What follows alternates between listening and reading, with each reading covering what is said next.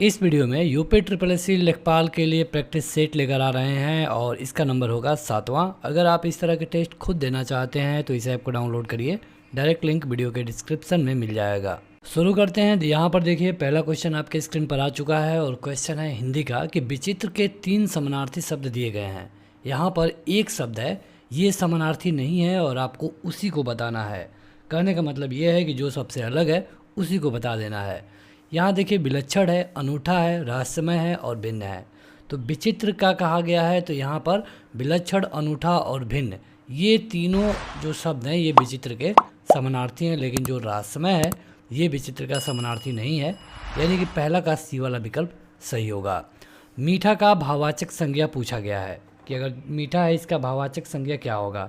जैसे बुढ़ापा होता है तो इस हिसाब से मीठा का क्या होगा, मिठास होगा। दूसरा का बी वाला ऑप्शन। इसी तरह आपको अपना उत्तर कमेंट करके बताना है, चाहे आप ये वीडियो लाइव देख रहे हैं या फिर लाइव होने के बाद। यहाँ पर धड़ाक में प्रत्यय कौन सा है। धड़ाक देखिए प्रत्यय हुआ या फिर संधि या फिर समास। यहाँ पर आपको अगर विच्छेद आता है तब आप आसानी से कर पाएंगे। यहाँ पर अगर आप धड़ाक में देखेंगे तो अंतिम में क्या जुड़ा है, अंतिम में जुड़ा है आक, धड़ धन आक, और यही आपका प्रत्यय हो जाएगा। क्योंकि जो प्रत्यय होता है ये पीछे जुड़ता है, उपसर्ग होता है जो वो आगे जुड़ता है। अगला क्वेश्चन है कि अभिकारी शब्द क्या होता है। अभिकारी में आप बहुत कुछ पढ़ते हैं, जैसे कि अभिकारी क्रिया विशेषण, समुच्चय बोधक।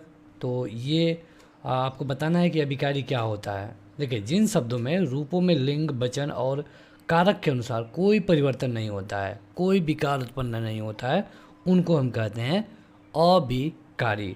और यहाँ पर पूछा गया है कि इनमें से कौन है, तो यहाँ पर है अव्यय। बेमेल को बताना है आपको कि सेवा सदन, चंद्रकांता, निर्मला और गोदान में से सबसे अलग कौन सा है। देखिए मुंशी प्रेमचंद के उपन्यासों का नाम है सेवा सदन, निर्मला, गोदान। इसके अलावा अगर आप देखेंगे तो कायाकल्प, गबन है, रंगभूमि है। तो ये सारे जो हैं ये मुंशी प्रेमचंद के उपन्यास है। लेकिन जो यहाँ पर आपको चंद्रकांता दिख रहा है ये एक उपन्यास है देवकी नंदन खत्री का। अब यहाँ पर जो एक्स्ट्रा फैक्ट है ये आपको इसलिए देखना है क्योंकि यहाँ पर आपसे परीक्षा में हो सकता है कि चंद्रकांता के बारे में ही क्वेश्चन पूछ दिया जाए। तो इसलिए ज़रूरी है कि जो आपको एक्स्ट्रा फैक्ट मिल रहा है इसे भी आप देखते रहिए। केवल, अनुमानतः, सर्वथा और यहाँ पर भरना है, यह किस विशेषण के प्रकार हैं बताएं। यहाँ पर हम आपको 2 सेकंड देंगे हर बार। तो ये होगा परिमाणवाचक, मतलब रिजल्ट कहीं बताया जा रहा है कि केवल इतना होगा, अनुमानतः इतना किलो होगा, इस तरह।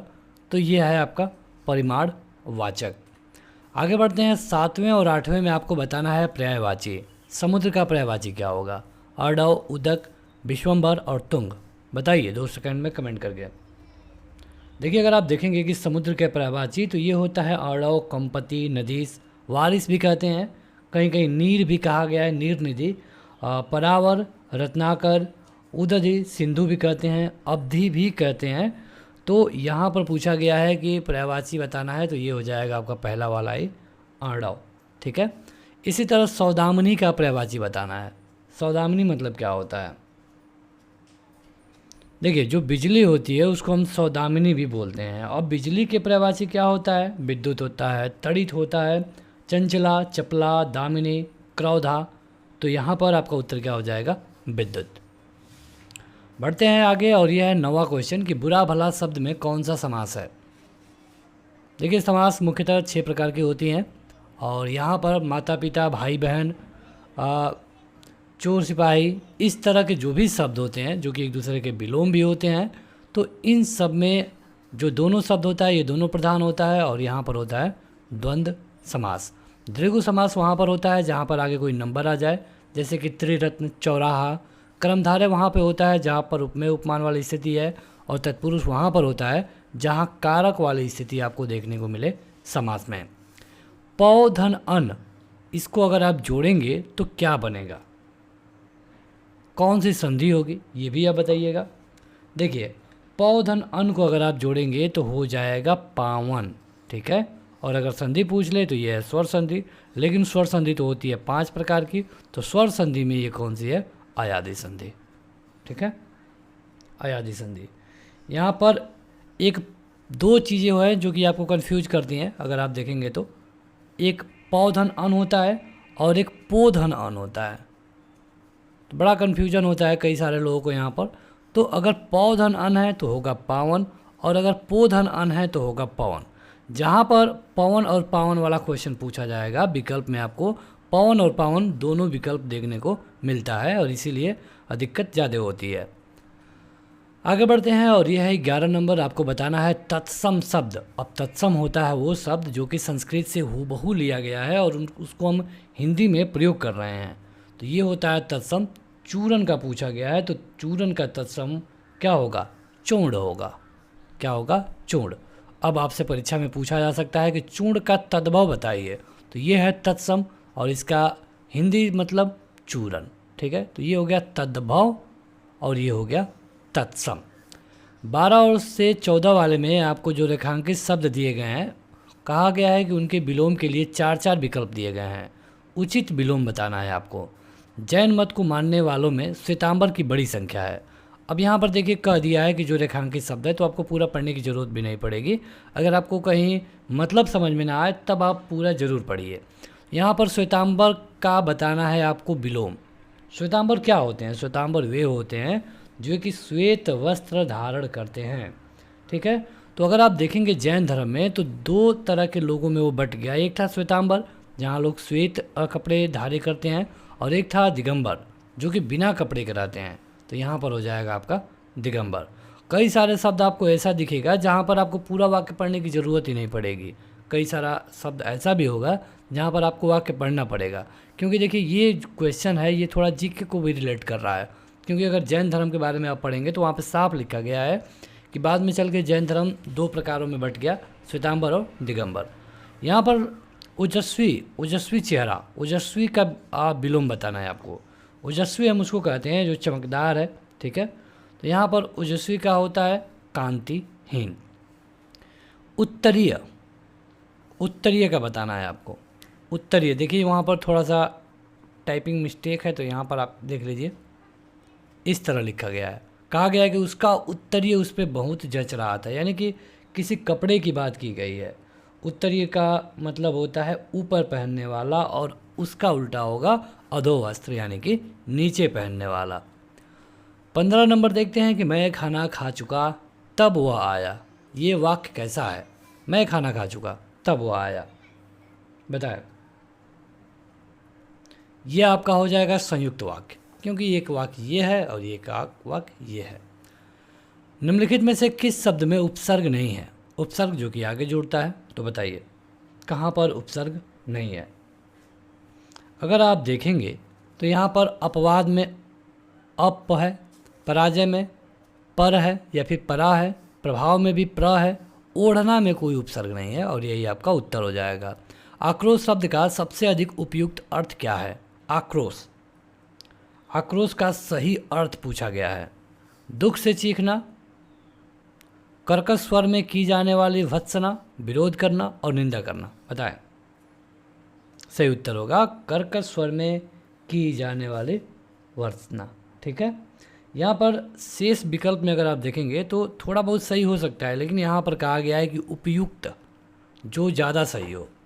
18 नंबर आपको बताना है वर्ण का उच्चारण स्थान, और कौन सा वर्ण है जिसका उच्चारण स्थान होता है कंठ तालु।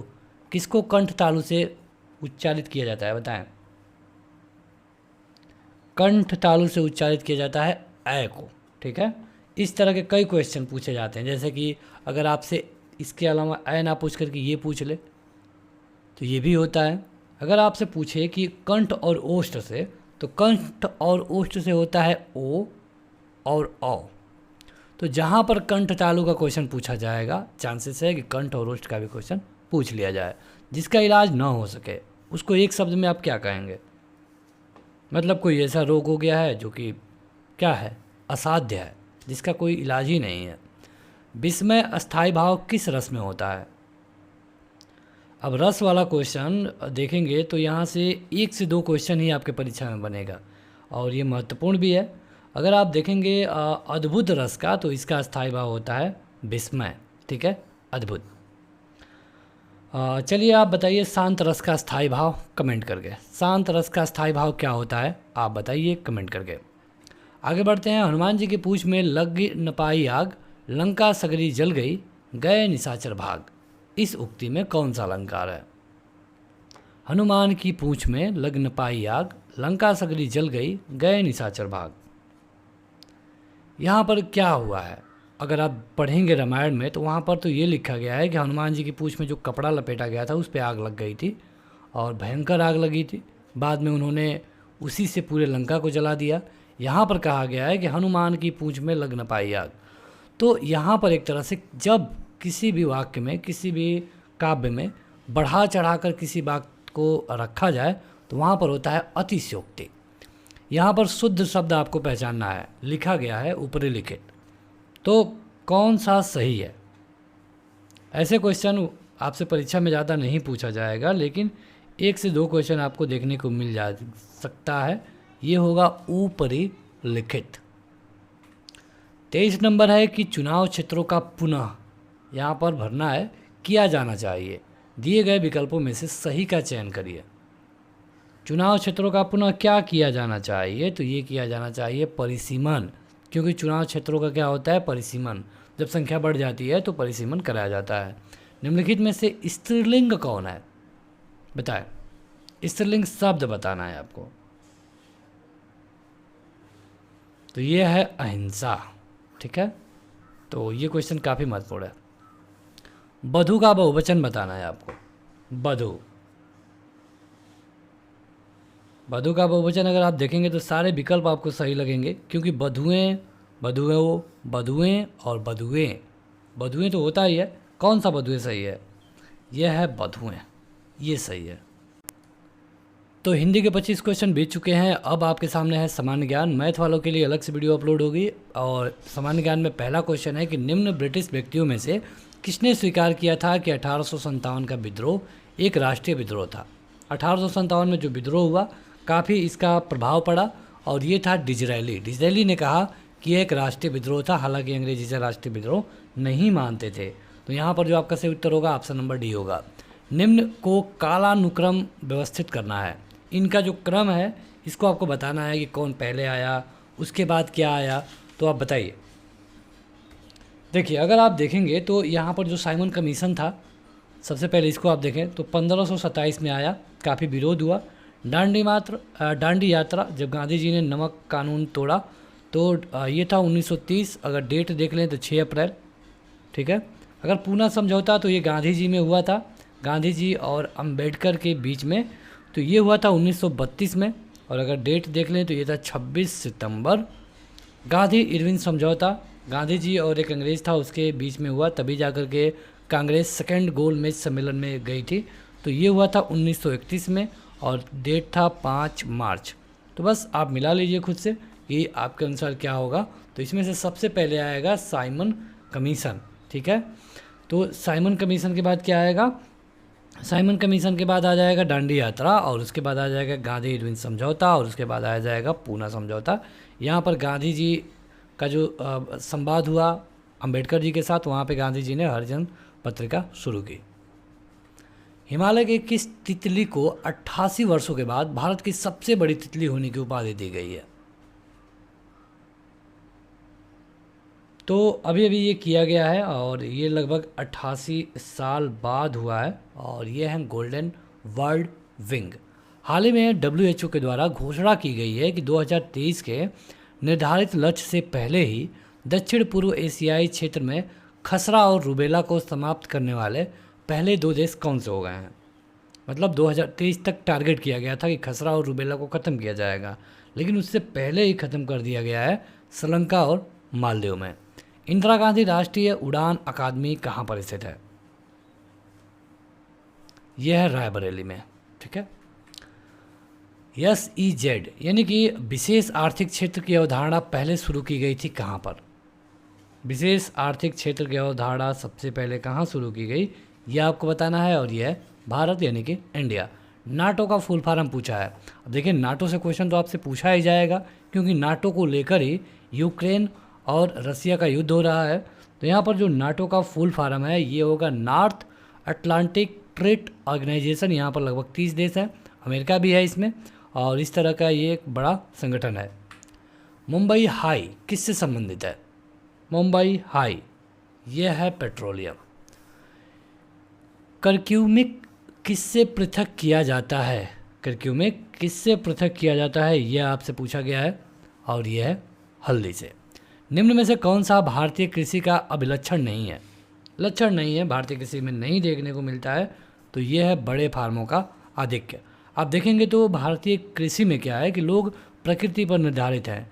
जहाँ पर ज़्यादा वर्षा वाले क्षेत्र हैं वहाँ पे धान आपको देखने को मिलेगा, फसलों की विविधता देखने को मिलेगी, उत्पादन का निम्न स्तर है। यहाँ पे किसी के पास ज़्यादा भूमि नहीं है, ज़्यादा स्तर पे नहीं है, मतलब बड़े फार्म नहीं है। ऑप्शन नंबर डी सही होगा।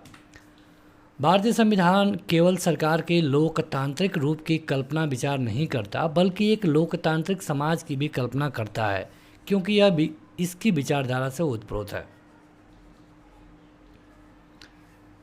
यहाँ पर देखिए, अगर आप देखेंगे भारतीय संविधान में लोकतंत्र की जो बात की गई है, वहाँ पे कहा गया है न्याय के बारे में, स्वतंत्रता के बारे में भी, और समानता के बारे में भी, इसके अलावा भाईचारा के बारे में भी। यानी आपका उत्तर हो जाएगा ये सभी। हाल ही में भारतीय मौसम विभाग के द्वारा शुरू किए गए मौसम पूर्वानुमान एप्लीकेशन का नाम क्या है? मतलब पहले से ही आप मौसम का अनुमान लगा लेंगे देख करके उसको, और उसका नाम है मौसम। ठीक है, ये 2020 में लॉन्च किया गया था, और उस समय इसके मंत्री थे जो जिनका नाम था विज्ञान मंत्री और डॉक्टर हर्षवर्धन, तो उनके द्वारा ये जारी किया गया था। 200 शहरों में पहले शुरू किया गया। राष्ट्रपति के द्वारा संसद के दोनों सदनों के लिए कुल कितने सदस्यों को नामित किया जा सकता है? लोकसभा और राज्यसभा में मिलाकर पूछा गया है। देखिए, लोकसभा में कर सकते हैं 2, राज्यसभा में कर सकते हैं कितना? 12। ठीक, अब यहाँ पर अगर आप देखेंगे तो आपका उत्तर होगा 14। लेकिन अब 2019-20 के बाद इसको जो लोकसभा वाला सिस्टम में ख़त्म कर दिया गया है, यानी कि अब आपका उत्तर होगा केवल 12। श्वेत प्रकाश को भिन्न भिन्न रंगों में विरक्त करने के लिए निम्नलिखित में से किसका प्रयोग किया जाता है? भिन्न भिन्न रंगों में विरक्त करने के लिए, अगर श्वेत प्रकाश है, आप चाहते हैं कि इसको हम 7 रंगों में बांट दें, तो आपको रखना होगा प्रिज्म, जो कि इस कलर को बांट देगा 7 रंगों में, और इसका क्रम होगा बेबिग्योर। तो ये भी आपसे पूछा जा सकता है कौन सा कलर पहले होता है, वायलेट होता है, कौन लास्ट में होता है तो रेड होता है, इनका क्रम कौन सा होता है और इनकी संख्या कितनी होती है, कुछ भी आपसे पूछा जा सकता है। भारत और पाकिस्तान के बीच शिमला संधि हुआ, आपको बताना है कि शिमला संधि कब हुआ था। देखिए, इसका डेट था 2 जुलाई 1972। ठीक है, और भारत की तरफ से किसने हस्ताक्षर किया, यह आपसे ज़रूर पूछा जाएगा। इनका नाम है इंदिरा गांधी। ठीक है, क्वेश्चन काफ़ी महत्वपूर्ण है।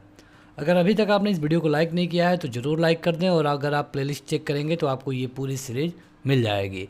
किस भारतीय इकोनॉमिक्स यानी कि अर्थशास्त्री और नोबेल पुरस्कार विजेता ने 2020 के लिए जर्मन बुक ट्रेड का प्रतिष्ठित शांति पुरस्कार जीता?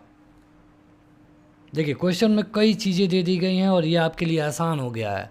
मतलब भारतीय अर्थशास्त्री हों और नोबेल पुरस्कार विजेता हों, और ऐसे व्यक्ति हैं अमर्त्य सेन, जिनको 1998 में ये मिला था। यानी कि अगर आप ये नहीं भी जानते हैं जर्मन बुक वाला, तब भी अपना उत्तर आसानी से ट्रैक कर पाएंगे। भारत को अधिकार क्षेत्र का दर्जा यानी कि डोमिनियन स्टेट किस तिथि को मिला? तो भारत को अधिकार क्षेत्र का दर्जा मिला था 15 जनवरी 1947 को, जब भारत आज़ाद होने वाला था। रॉकेट की गति पर निम्नलिखित में से कौन सा संरक्षण सिद्धांत लागू होता है? मतलब रॉकेट जब ऊपर जाता है तो किस सिद्धांत पे जाता है, यही आपसे पूछा गया है। ये होता है संवेग संरक्षण का सिद्धांत। ठीक है, और आगे बढ़ते हैं तो नागार्जुन सागर बांध किस नदी पर बना है? बताइए, कर्नाटक में है।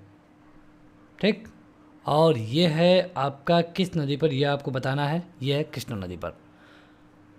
वैदिक लोगों के द्वारा किस धातु का प्रयोग सबसे पहले किया गया? सबसे पहले किस धातु को लेकर के वैदिक के लोग परिचित थे? ये क्वेश्चन काफ़ी महत्वपूर्ण भी है और आसान भी, क्योंकि उत्तर होगा तांबा। कई बार लोग सोना को ट्रिक करते हैं, जो कि गलत है। 71 नंबर है कि बाजार विनियमन प्रणाली शुरू की गई थी किसके द्वारा? विनियमन मतलब कि हेरफेर, ये की गई थी अलाउद्दीन खिलजी के द्वारा। अंग्रेजों ने निम्नलिखित स्थानों पर जिस क्रम में अपने व्यापार केंद्र स्थापित किए, उनका क्रम क्या है? अंग्रेज सबसे पहले अपनी फैक्ट्री कहाँ लगाए?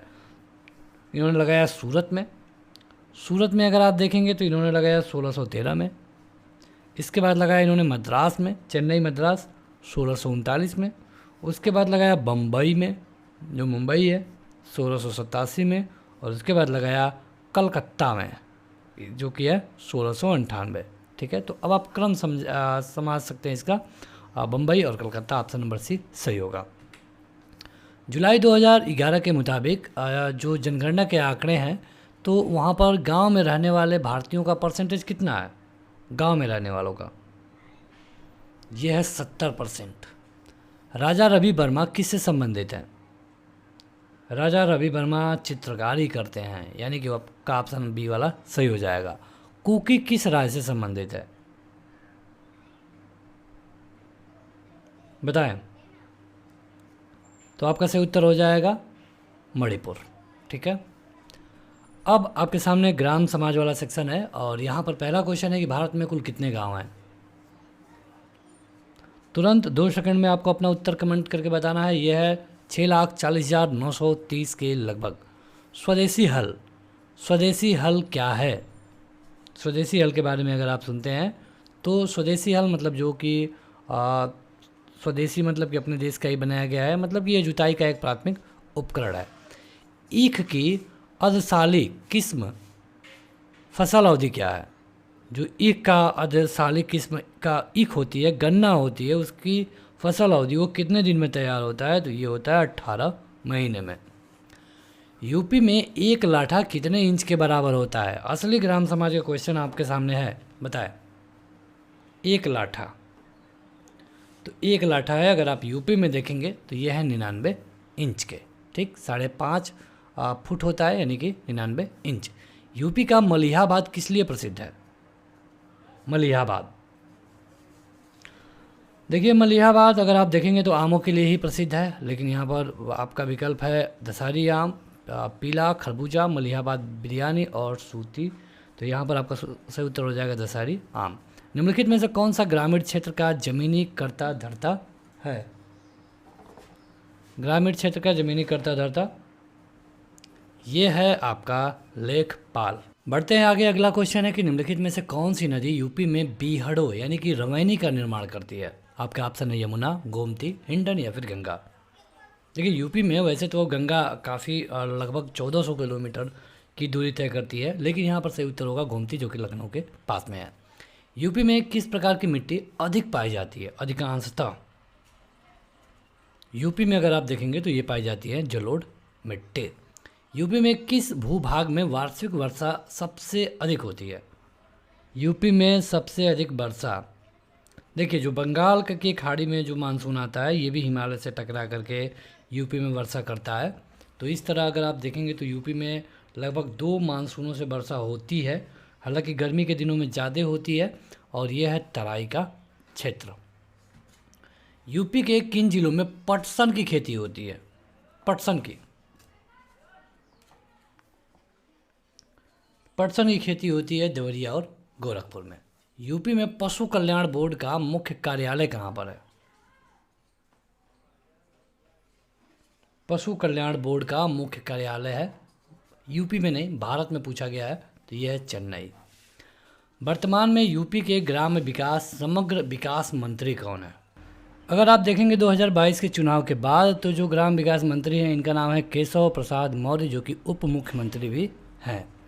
ग्रामीण भारत के लिए गरीबी रेखा का आधार निर्धारित किया गया था कितना? मतलब अगर आप कितना कमाते हैं तो आपको गरीब माना जाएगा, ये यहाँ पर बताना है। बताएं अपना उत्तर कमेंट करके, और अभी तक अगर आपने इस वीडियो को लाइक नहीं किया है तो ज़रूर लाइक कर दें। यहाँ पर आपका सही उत्तर होगा 27 रुपये प्रतिदिन। खसरा और खतौनी कौन तैयार करता है? ये करता है पटवारी। आंवले का सर्वाधिक उत्पादन कहाँ होता है? यूपी में। यूपी में आंवले का सर्वाधिक उत्पादन, ये क्वेश्चन बहुत बार पूछा गया है और सही उत्तर है आपका प्रतापगढ़। ललित किसकी एक उत्तम किस्म है? क्या यह पपीता की है, आम की है, अमरूद की है, संतरा की है? बताएं। तो ललित है अमरूद की। यूपी में स्कूल चलो अभियान परियोजना कब लागू की गई? ये लागू की गई थी 2000 में, यानी कि 2000 से 2001 का जो सत्र था उसमें लागू की गई थी स्कूल चलो अभियान। राज्य में 12वीं पंचवर्षीय योजना के तहत कितने % ग्रामीण परिवारों को विद्युत कनेक्शन उपलब्ध कराने का लक्ष्य रखा गया है? कितने परसेंटेज को? तो यहाँ पर लक्ष्य रखा गया है कितने को? 60% को। राष्ट्रीय कृषि बीमा योजना कब शुरू की गई? ये सारे डायरेक्ट क्वेश्चन है और डायरेक्ट इनका उत्तर आपको पता होना चाहिए। 2000 में शुरू की गई थी। किसान वृद्धा पेंशन योजना कब शुरू की गई? यूपी में। ये शुरू की गई 2003 में। तराई क्षेत्र की भूमि कैसी होती है? यहाँ पे ज़्यादा बारिश होती है और यहाँ की भूमि होती है समतल, कुछ हद तक दलदली और नम, यानी कि आपका उत्तर हो जाएगा ये सभी। यूपी में बंगाल की खाड़ी वाले मानसून को किस नाम से जाना जाता है? जो बंगाल की खाड़ी से बारिश होता है यूपी में, उसको हम कहते हैं पूर्वा मानसून। 2011 की जनगणना के मुताबिक यूपी में अधिकतम घनी आबादी एवं न्यूनतम घनी आबादी वाले ज़िले कौन से हैं? कहाँ पे ज़्यादा घनी आबादी में लोग रह रहे हैं? तो ये है गाज़ियाबाद, और सबसे कम तो ये है ललितपुर, यानी कि उत्तर होगा गाज़ियाबाद और ललितपुर। यूपी में जिला ग्राम विकास अभिकरण का सचिव कौन होता है?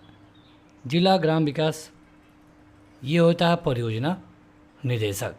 अंतिम क्वेश्चन कि चावल के उन्नत बीज की प्रति हेक्टेयर बीजारोपण की दर कितनी होती है? 25 किलो, 10 किलो, 30 किलो और 15 किलो। आपको अपना उत्तर कमेंट करके बताना है। सही उत्तर है आपका 15 किलो। तो बस इस वीडियो में इतना ही। इसी तरह के वीडियोज़ के लिए वीडियो को लाइक और चैनल को सब्सक्राइब करें। Thank you.